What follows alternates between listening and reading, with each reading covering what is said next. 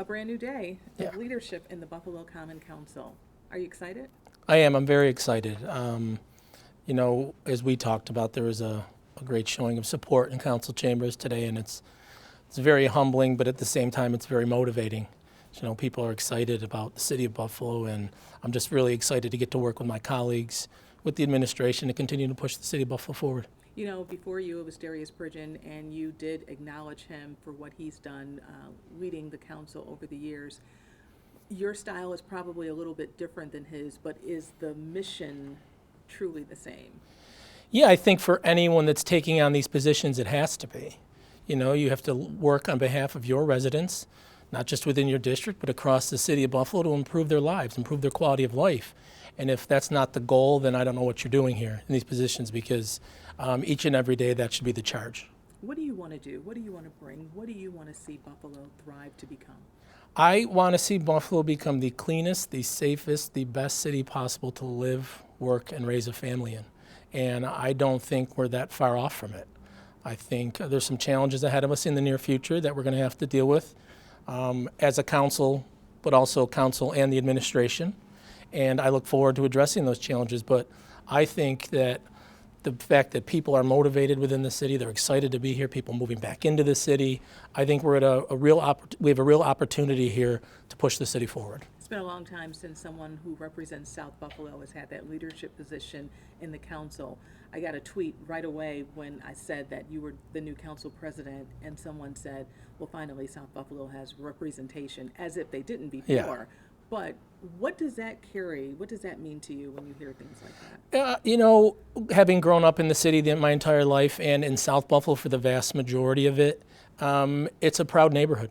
It is. And I think that's what that stems from. Just having, someone from the neighborhood in a position of leadership, I think it's just a prideful thing. And while my neighborhood is what drives me to do this job, it's the city of Buffalo as a whole we have to focus on too.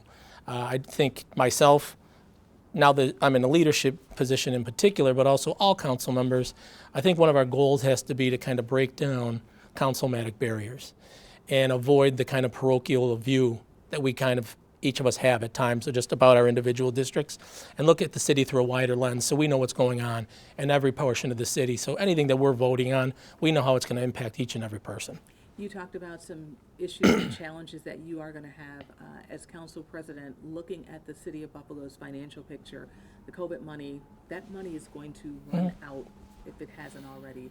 How are you ready to deal with this budget? Because it could mean possible cuts and changes and services that are delivered.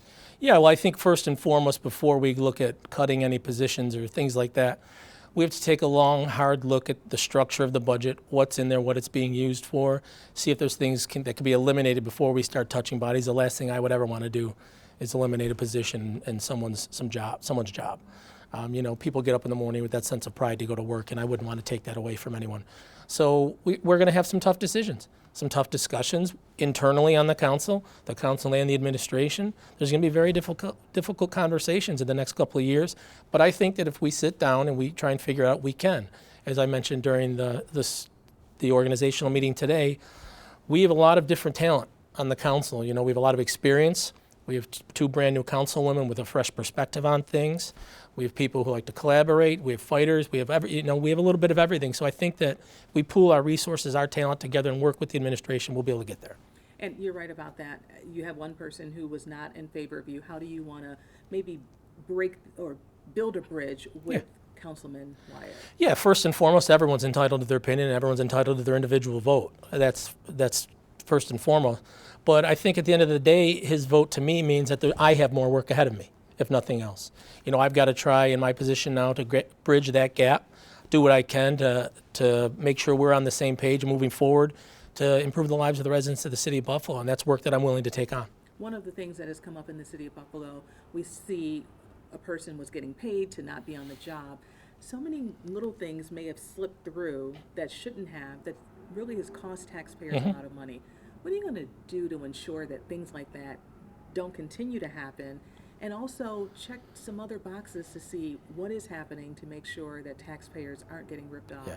Well, I think you hit the nail on the head there, little things slipping through the cracks, and those little things add up after a while. So we've got to be very diligent in what we're doing here. We've got to do our due diligence, whether it's through the committee process, through conversations with leadership and the administration. We've all got to get on the same page because, again, you brought up any potential financial issues that we're going to have in the near future, and we've all got to get on the same page here. There is a separation, I know, with the council, the administration, but at the end of the day, we're all the same entity. And we want to be rowing in the same direction to make sure that the city of Buffalo, as a corporation, is at healthiest, because if we're not, we can't be doing the work we need to be for the residents of the city of Buffalo. But I do think that if we could come together and start working together, we'll get there. We don't see the mayor come into council chambers very often. He was there today. How can you assure the people of Buffalo that this council is just not going to be a rubber stamp? Whatever Mayor Brown wants, he's going to get. Yeah, well, no, I can tell them first and foremost that's not how I've operated. I do have a good relationship with the mayor. I tend to operate in a more collaborative manner. I think you see some people at every level of government across the country being adversarial just to be adversarial, and I think that people are tired of it. I don't think that collaboration is the enemy of independence. I think they can work hand in hand. And so I hope that the council can work collaboratively within ourselves, but also with the administration to do everything we can for the city of Buffalo. When you look at the housing stock, it's old. When you see fires happening, like we've seen, and the fire department is responding, and they probably need new equipment. The police department, they have their set of issues. Talk to them. What's your plan for them? What do you want to see in the budget that comes before you? Well, you know, my entire time on the council, it's one thing that I fought for, is the equipment and things like that necessary, needed for the Buffalo Police Department, Buffalo Fire Department to do their jobs. First and foremost, we have to protect our residents. If we're not doing that, if we're not keeping them safe, everything else is secondary. You know, it really doesn't matter if we're not keeping them safe.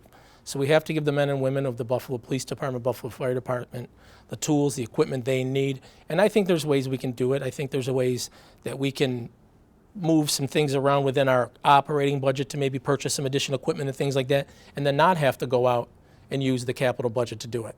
And then maybe use that for other things that we might need with buildings or housing, you know, things like that. I think there's a number of ways that we can get there. Finally, we all know that as council president, you're second in line. If Mayor Brown tomorrow says, I'm walking, you're mayor of the city of Buffalo. Yeah. Ready? Yeah, I am ready. And I think anyone that agrees to take on this position has to know, per charter, that it comes with the territory. So it's not something I'm focused on. I'm focused on being the South District Council member, the council president, and helping lead this council forward. But if something were to happen and I was asked to step into that role, I would be ready to do it. Excited about women on the council? Thrilled. Absolutely thrilled about it. Certainly not a knock against any current council members or former council members, but as I mentioned, having the combination of experience coupled with fresh perspective, but not just fresh perspective, but perspective coming from a woman's point of view, is going to do the council a tremendous amount of good. You acknowledge you're a girl dad, so obviously I am, yeah. I have my 2 young daughters, so I love seeing them. I love them seeing women on the council, so I'm extremely excited to get to work with Councilwoman Everhart and Halton Pope. Is there anything else you want to add? Maybe anything else I haven't asked you about your vision, where you see Buffalo in 2024 and 2025? No, I'm just, at the end of the day, just how we kind of started the interview, I'm just really excited to get to work in this new role. Again, bring this council together and do what we can for the residents of the city of Buffalo. Does it upset you? And it has to, I'm sure. We saw what happened on May 14th in the city of Buffalo. Yeah. That hit everybody. Yeah. So how do you help bridge that gap with that community as well, to let them know, hey, I'm your council president, but I'm here for you, and we're not trying to deal with race or color or creed, but we want to deal with people and deal with issues. Yeah, I think ignoring it. Yeah, no, I think I don't think you can ignore it. I think it has to be addressed, and I think you do that by getting out across the city of Buffalo and start meeting with people, residents, block clubs, members of the clergy, and see what I could do in my new role, my new capacity to help bridge any of those gaps or break down any of those barriers.